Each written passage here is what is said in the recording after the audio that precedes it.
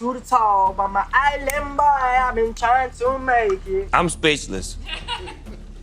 Two goofballs in the pool. I am crazy. I'm crazy about my talent. Simply straight about your talent. It's not gonna work. I know we on air. I'm not telling you on that. It ain't your business, man. Okay, well, I'm gonna leave it at that. Y'all heard it. It ain't y'all business. You feel me? Yeah, so it's always gonna be something new. When a person decides to be themselves, they're offer something no one else can be.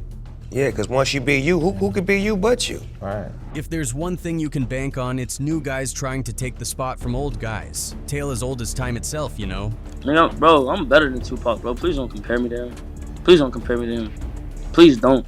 Tupac can't make rap music. But in rap, that's just not been so easy for them. So here's the scoop. Apparently this new generation of rappers are facing a lot of backlash from the old guard. You might be wondering why that's the case. Well, it boils down to the fact that many of these younger rappers don't seem to have much respect for the pioneers of rap. And the legends are definitely not taking it lying down. You feel me? Yeah, so it's always gonna be something new. When a person decides to be themselves, they're offer something no one else can be. Yeah, because once you be you, who could be you but you? Right. They've had plenty of opportunities to voice their opinions about the current state of the rap game. Think about icons like Snoop Dogg, T.I., and Jay-Z. These rap legends have been quite vocal about their thoughts on the new wave of artists, often using any given avenue to call out what they see as the flaws and shortcomings of the current crop of rappers. They're not shy about setting the record straight and reminding the younger generation of the standards and respect that come with the legacy of rap. That's what's wrong right now. Everybody trying to rap the same style with the, I don't know who created it, if it was Future or Migos, but all the sound the same.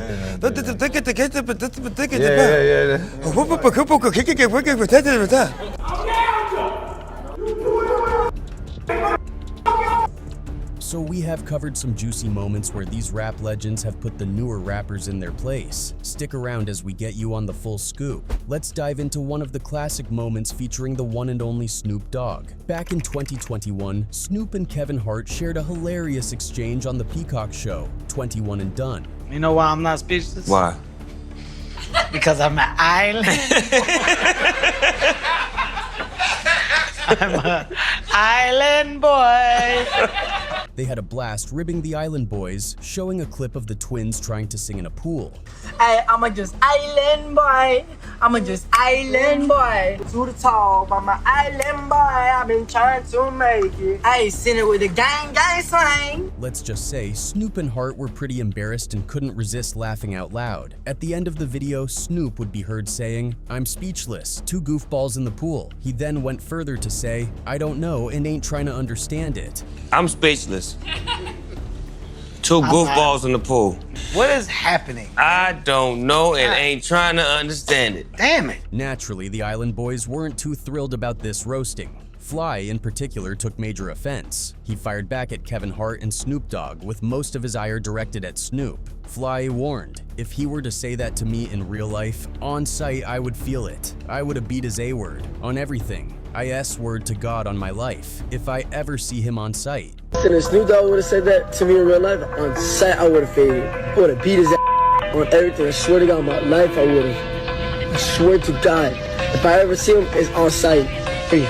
But Snoop, being the cool, seasoned pro that he is, wasn't rattled one bit. In fact, he found the whole thing pretty amusing. He took to Instagram and trolled Fly with a cheeky post, captioning it with, "I don't want no smoke wit cuz." His followers quickly pointed out that messing with Snoop Dogg is a risky move. Looks like Fly got the hint, because he soon backtracked and issued an apology. "My fault.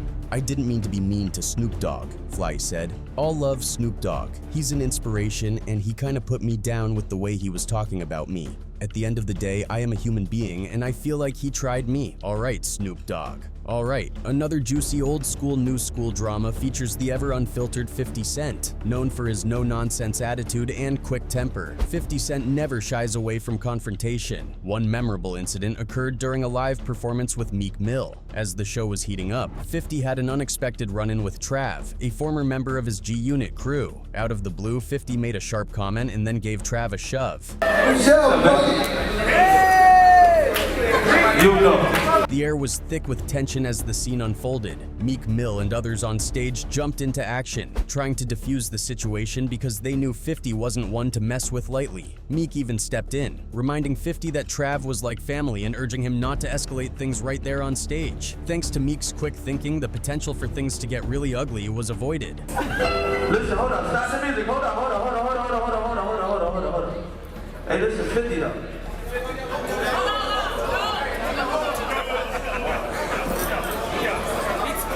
But wait, there's more to 50 Cent's run-ins. Picture this. 50 was out for a casual dinner with Nicki Nicole, just enjoying a peaceful night. Then, out of nowhere, an up-and-coming rapper burst onto the scene, clearly fuming.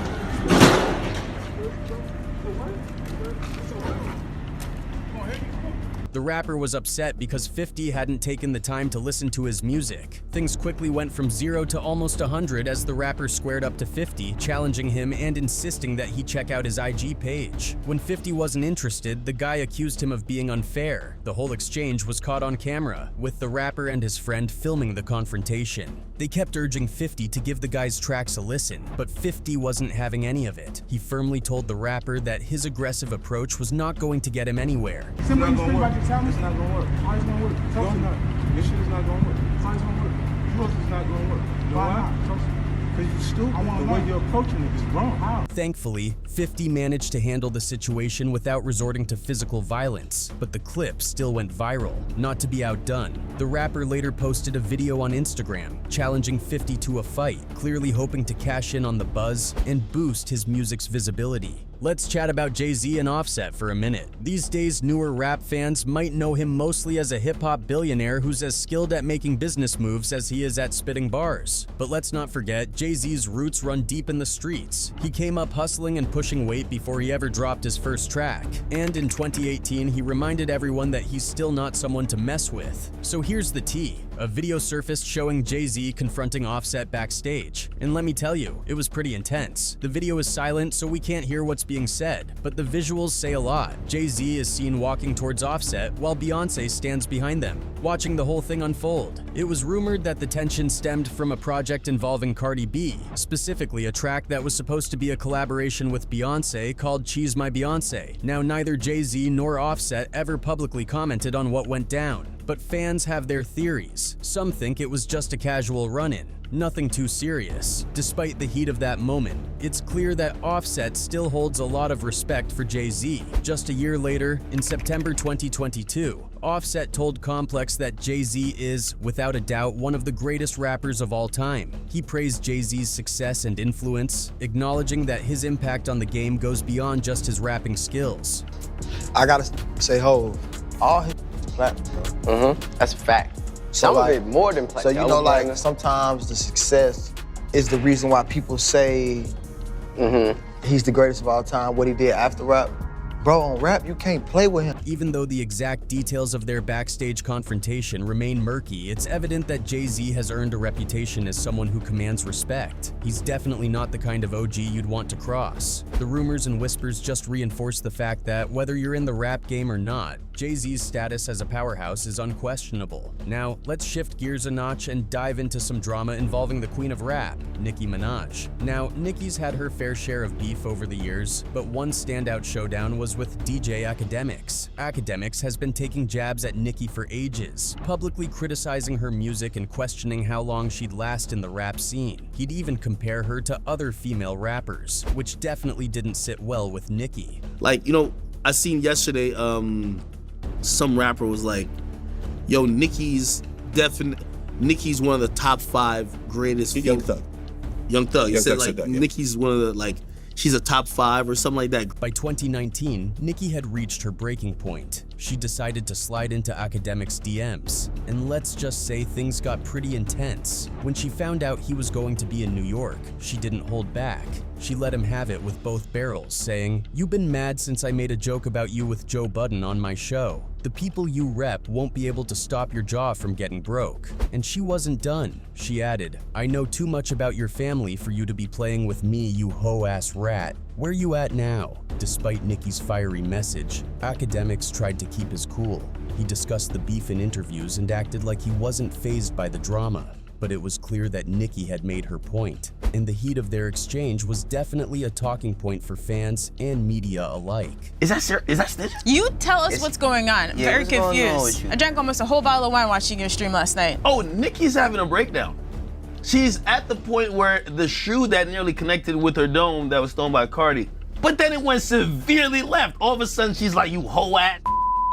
Drop the addy, I'm pulling up, talk to my husband, blah, blah, blah. And there was clearly Travis Scott's and Drake's callouts. First up, let's talk about Travis Scott and Tory Lanez. Back in 2018, a video popped up showing Travis getting all up in Tory Lanez's face in his trailer after a show. The two were buddies, but things got pretty heated, and you could see them almost coming to blows over a heated argument. The video cuts off before things got really out of control, but it was clear that the tension was off the charts. You're not the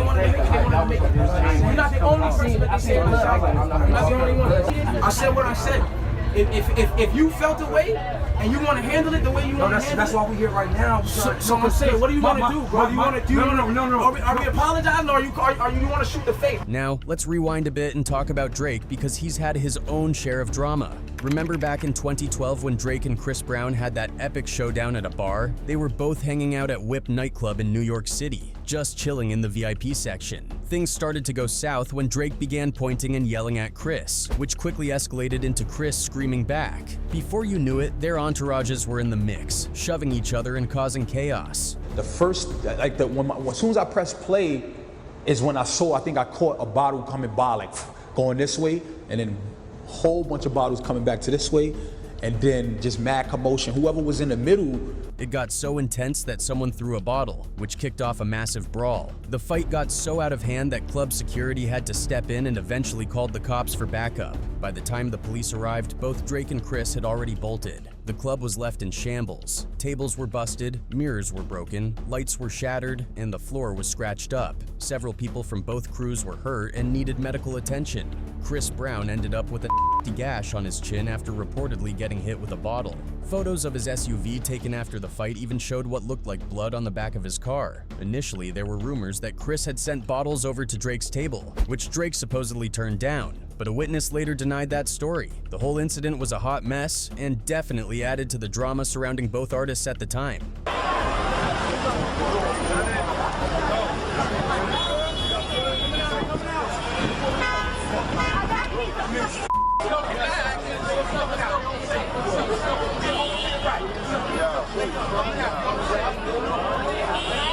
Let's look into a couple of moments when T.I. had to step in and put people in their place. First up, there's that time he had to check Young Jock during a radio show. So here's what went down. T.I. and Tiny were going through a tough period in their relationship, heading toward a potential divorce. Now Young Jock thought it would be a good idea to dig into T.I.'s personal business live on air, trying to get him to open up about the situation. I love you, man.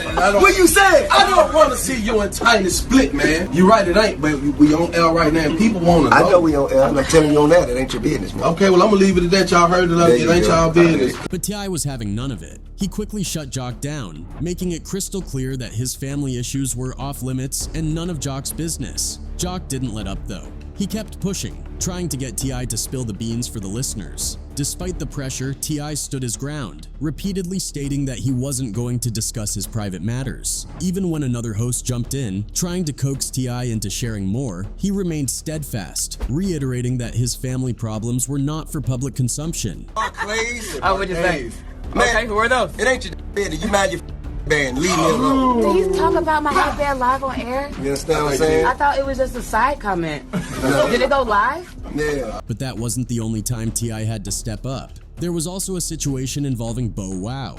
Bow Wow was performing at a nightclub in Atlanta and decided to take a jab at his ex, Ciara, from way back in 2005. During his set, he grabbed the mic and shouted, "I had this bee first," which didn't sit well with a lot of people. The video of this moment went viral, and fans were outraged by Bow Wow's blatant disrespect.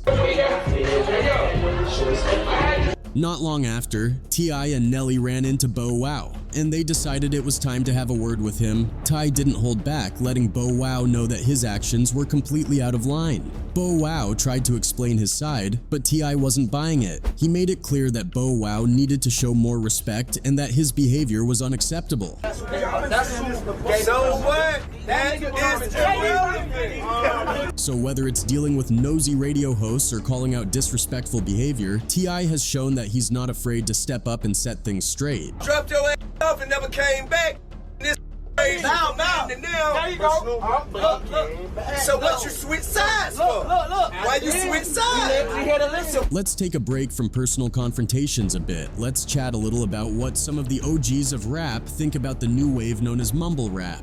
First up will definitely be Eminem and the drumload of drama he has put up to express his disinterest. It's no secret that Eminem has some strong feelings about the new wave of rap. In fact, he often seems to have a real bone to pick with the younger generation of rappers. To be honest, he pretty much dislikes most of them, though he's admitted he doesn't want to obliterate all of them with his music, just the majority. But there's one rapper who's managed to stay somewhat under Eminem's radar, Lil Yachty. Let's rewind a bit. In 2018, when Eminem dropped his album Kamikaze, he threw a subtle jab at Lil Yachty. So what's the deal with Eminem's diss? In Kamikaze, Slim Shady raps, "I can see why people like Lil Yachty, but not me though. Not even dissing, it just ain't for me." On the surface, it sounds like Eminem is just expressing his personal taste. He claims it's not a diss, but let's be real. I can see why people like Lil Yachty, but not me though. Not even dissing, it just ain't for me. He's not exactly singing Yachty's praises either. The diss wasn't exactly direct, but it was clear enough. For those who might not know, Lil Yachty is one of those rappers who first made a name for himself on social media platforms like Instagram before his music really took off. It's pretty impressive how Yachty hustled his way up, from moving to New York and trying his hand at fashion modeling to networking tirelessly and dropping tracks that caught on with audiences. His music started showing up in popular YouTube videos, and before long, big names like DJ Khaled and Chance the Rapper took notice. Eminem has a big issue with mumble rap, and Lil Yachty falls into that category. While Yachty does his mumble rap with a bit of humor and self-awareness, Eminem clearly isn't here for it. He's not attacking Yachty personally, but he's definitely not a fan of what Yachty represents. A generation of rappers more focused on creating catchy sounds rather than honing lyrical depth and storytelling. Here we are. Kamikaze came out. You know, you shocked the world the way you did it. Time to say, man, he better have a song like this or I ain't with it. If he don't have a song like this, I ain't with it. Yeah. He better not be rapping like this. He better not be rapping about this or I'm not gonna with it. You can go into anything with the mindset of this is gonna suck. And then even if you kind of don't feel that way, you're already kind of formed your opinion in front of all your friends and... Ironically, Lil Yachty didn't seem too bothered by Eminem's comments. In fact, he's mentioned that he'd actually welcome a beef with Eminem if it ever came up. After all, beefs can sometimes boost a rapper's profile. But with time passing since Kamikaze and no further interaction between the two, it seems like this little spat is a non-issue now. It's just one of those moments that highlights the ongoing clash between different eras and styles in rap. Next up would be J. Cole. Let's talk about his perception for a minute. He's been a solid fixture in the rap world for years now, and we all remember when he was just a young up-and-comer hustling to make his mark and earn the respect of both fans and fellow artists. Fast forward to today and J. Cole has definitely made it big. However, when he looks at the next generation of rappers, he's not exactly impressed. It might sound a bit harsh, but J. Cole's criticism comes from a genuine place. Here in this rap game, I'm with your rap game. I hear your music and I know that rap's changed. A bunch of folks would say that that's a bad thing, cause everything's commercial when it's pop now. In 2018, J. Cole dropped a track called 1985, named after the year he was born. In this song, he reflects on being 33 years old at the time and how his perspective has evolved over the years. But he also uses this track to address the mumble rap generation and share his thoughts on their music. He raps, "I know you think this type of revenue is never ending, but I want to take a minute just to tell you that that ain't true. One day them kids is listening gonna grow up and get too old for that ish that made you blow up. Now your show's looking light cause they don't show up, which unfortunately means the money's slow up. Now you're scrambling and hoping to get hot again, but you forgot you only popped cause you was riding trends. Now you old news and you going through regrets cause you never bought that house, but you got a Benz." Let's break that down a bit. J. Cole is essentially pointing out that, unlike artists who put in the time and effort to create music with lasting impact and build a unique brand, many mumble rappers are just chasing trends. They might make a splash in the moment, but when trends shift, they're left scrambling. This is a stark contrast to artists like Eminem, Drake, and J. Cole himself, who have distinct styles styles and lyrical flows that set them apart. J. Cole feels that these new rappers need a wake-up call about the fleeting nature of their success. 1,985 Inches ended up being quite the diss track, particularly aimed at Lil Pump, one of the most prominent mumble rappers of the time. There's a line in the song about not having a house, which struck a nerve with Lil Pump. In response, Pump bought a $4.5 million house, seemingly just to spite J. Cole. It seems like a bit of a knee-jerk reaction and a classic example of what J. Cole was warning against, blowing money on flashy purchases just to keep up appearances. So in the grand scheme of things, who came out on top? Clearly, J. Cole had the last laugh in this back and forth. You get so much props. You just a 17-year-old. Lame ass jit. Oh yes, I ain't with none of that lyrical shit. I just be having fun with what I do. Last on this list would be Snoop Dogg again. Apart from the fact that he had called out the Island Boys on the Peacock interview, Snoop has been known to also always express his distaste for this new generation of rap at the slightest opportunity. In an interview where he was a guest alongside 50 Cent and some older generation rapper, Snoop would be caught mimicking the mumble rap genre. Created if it was Future or Migos, but all them niggas sound the same.